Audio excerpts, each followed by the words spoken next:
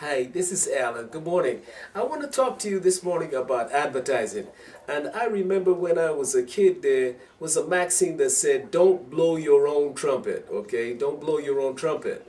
And what that taught me is not to talk about myself, okay? And just keep myself as a modest person. It's a kind of subservient training, if you will. But now, what I've subsequently learned is yes, we got to talk about ourselves, but in the process of talking about ourselves, don't put another person down to make yourself look big. Yes, blowing your own trumpet is a form of advertising, okay? And that's what I want to talk about today. I want to cover a couple of segments here where I talk about, the codfish and the hen, and I want to talk to you about a business card, how you use the business card, okay? So let's go. Now, I read in a book, I think it's either Zig Ziglar or Napoleon Hill that talks about the story of the codfish and the hen.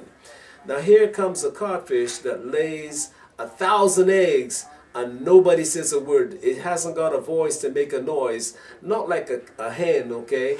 When the hen lays an egg, it goes, makes a bunch of noise. The farmer says, oh, that's so wonderful. Here we got some eggs to take to the supermarket. Here we got some eggs that could feed a family, okay? And so the hen gets all the glory for laying the egg, whereas the codfish with 1,000 eggs gets no glory because there's no advertising on its part. Okay, so yeah, is it necessary to blow your trumpet? Yes, it's necessary to blow the trumpet. And lastly, what I want to talk about is how we use our business cards. Now, you go join a company and the company gives you their business card with their logo, their address, their telephone number, and you just got a name on there, okay? So when you pass the card out, guess who you're advertising? You're not advertising yourself. Obviously, you're advertising the company. And how it's done generally is that you set up some kind of conversation with a person that you meet, for example, and you say, hey, my name is so. You have a good little rapport. You find out about their wife, their child, their children, they go to school, their vacations, everything else. And in the process, you just hand them over a business card and they say, yeah, call me sometime. It's great talking to you, etc. Two things that are wrong with that.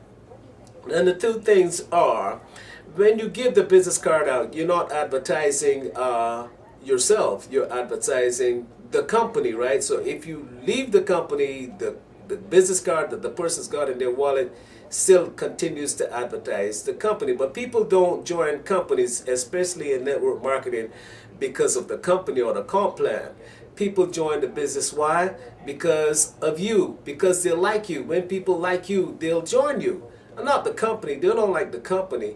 Yeah, the benefits are nice, but the comp plan is great, but they join the company because of you.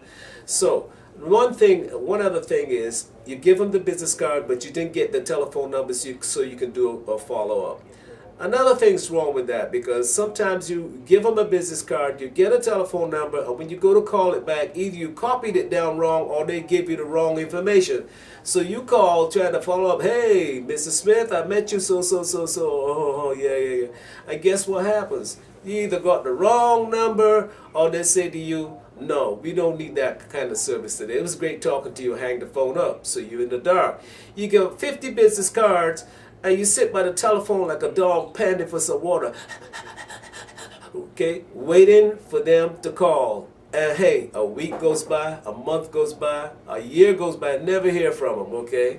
But here's an idea that I want to share with you that I got from my friend Joe Vitale, who wrote the book Hypnotic Writing. He's suggesting that if we were to get us a business card, here what you do, you go to Office Depot, and you get you one of them cheap throwaway business cards that they can write on the front or the back, whatever, or you get you about 100 of them, 1,000 of them, whatever, or if you can do it on your own computer, even better. And so what you do, you put your name on the top of the card, you put probably a little picture of yourself so that you can remember what you look like, okay? And then at the bottom you put your telephone number, your email address, and your URL, which is your internet website address, okay? And then you leave the middle of the card blank. And there's a reason for leaving the middle of the card, the front side of the card blank, because just before you give the person the card, what you're going to do is, hey, what was your name again? and they say, well, my name is, in my case, Alan, of course. And then you get your pen out and you write to Alan or just Alan on the card, right? In a blank space, and then you write, it's nice talking to you, great, have a nice day, whatever you feel like, you know, grace and peace, love and peace, whatever you want to write, just a short phrase, and just put your initials by it and give the card to them. Now, if you want to, you can ask them for some information. Now, they're more liable to give you the right one because why? They've never seen anybody done this before. You know, everybody's just given the card or walked away. So, but when you take the card and you take the time out to autograph the card, how many people do you know throw away autographs? Not many, right? But when you take the time out to autograph the card and give it to them, it becomes more personal, something of more value. There you go. So hear what I told you. You got to blow your own trumpet. Advertising is necessary, okay? Hear what I told you. The codfish gets less appreciation than the hen that lays one egg as against the thousands that the codfish lays.